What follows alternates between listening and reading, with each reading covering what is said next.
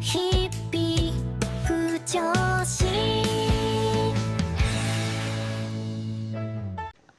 What's going on, BL Fujos? And this is the Hippie Fujoshi, and we are going to get into Blossoms of the White Night, baby. Now, the recent chapter of Blossoms of the White Night was very riveting. The artwork is amazing, and if you haven't tapped into Blossoms of the White Night, I will tell you to get into it. A new chapter is uploaded every Monday, and every 5 chapters there is a hiatus, which we just found out last week, which was a hard find out. It was a slew of hiatuses last Monday. It was just like, it was a lot to take in, but we got through it, okay? Now, Blossoms of the White Night is the new story that is being released to us by Brothers Without a Tomorrow, especially after the transition from Ready Books, and we are enjoying it. We are eating it up. Prince Shu Shu is a vibe, baby. Now, if you haven't tapped into Brothers Without a Tomorrow, this is a story, a beautiful love story that we are giving about the Prince Shu Shu, aka Prince Shuraka. I'm thinking that's how you pronounce the name. That's why I call him Prince Shu Shu. And then we have Lord T. Okay, now Prince Shu Shu is the Prince of Arnata, and T is Lord T Leclerc. And I'm assuming that's how you say it, but you know how I am with names, so just bear with me, okay?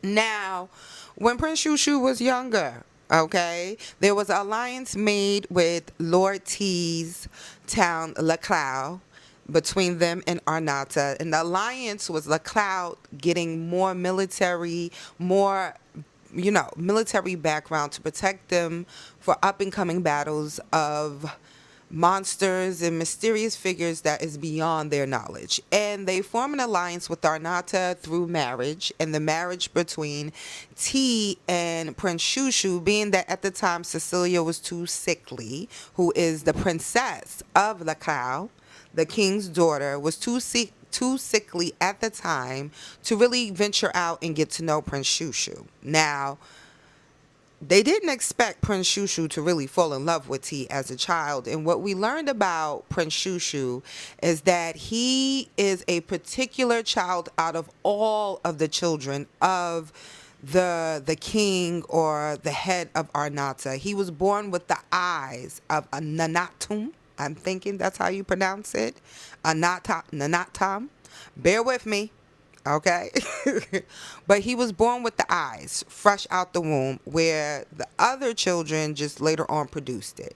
So that spearheaded his ass to be the prince, and he had to deal with his brothers trying to delete his ass out the story because they wanted his spot on the throne, his spot in the sun, his spot having the magical capabilities that we later on find out in the recent chapter. Okay. Now, Blossoms of the White Night is up to chapter 12. Now, the recent chapter was chapter 12, so you have enough time to hop on in and enjoy the story.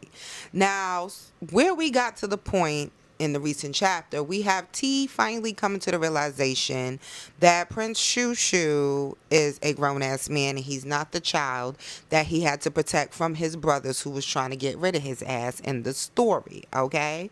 We also have T also, seeing his men be all magical and shit after Prince Shu Shu has laid down a deal that the king of Leclerc cannot turn down. He's offering this man jewels. He's offering this man power, and offering him the ability to acquire more just by simply asking whenever he needs.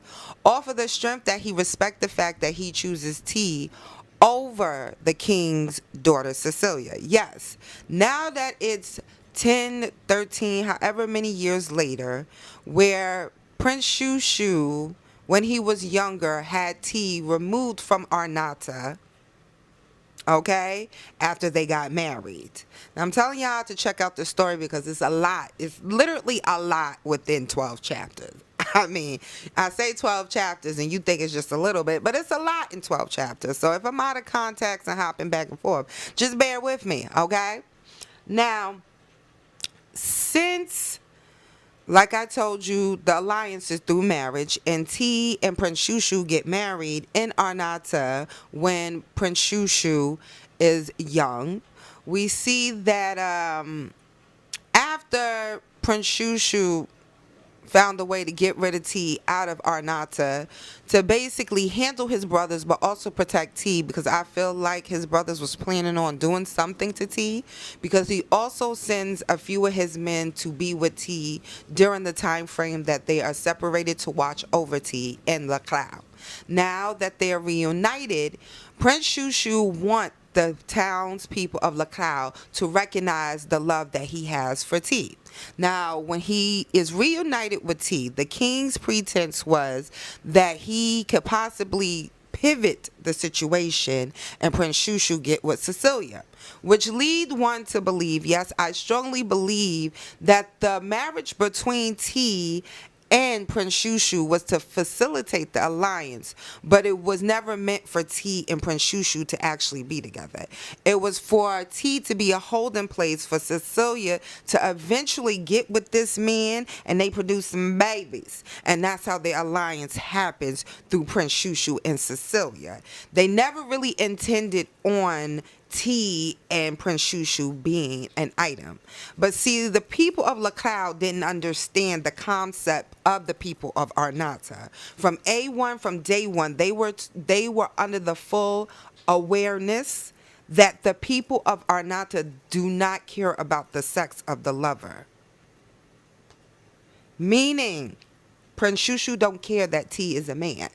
All he knows is this man protected him for a level of years in his life when he couldn't trust anybody, but he was the person he can trust. And he remembered that, and he made sure he became a man that can be reliable and that can protect his beloved. And now he's come to collect his beloved.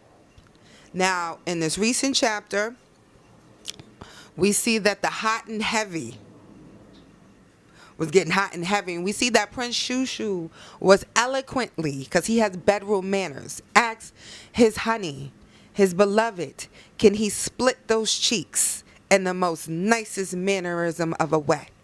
And we see that T pivots that situation to where he satisfies Prince Shu Shu in a way to where he's not giving up the hot crust buns, okay? But he's utilizing his hands and giving him a handy assistance, okay? Now, these two deliver hot and heavy without even actually giving hot and heavy. And this is what I like about Prince Shu Shu and T. If you are not tuned into the Blossoms of the White Knight, I will tell you to tune in.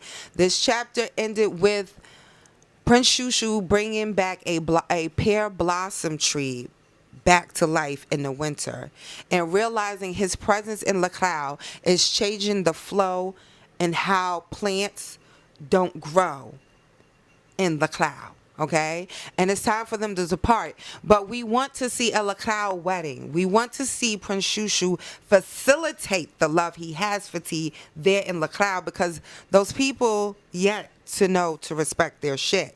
And hopefully they don't do anything crazy after, in a sense, Prince Shu Shu exposed a bit of his magic in front of the help and where him and T dwell after they share the night together, after it's been a while since they slept in a room with each other.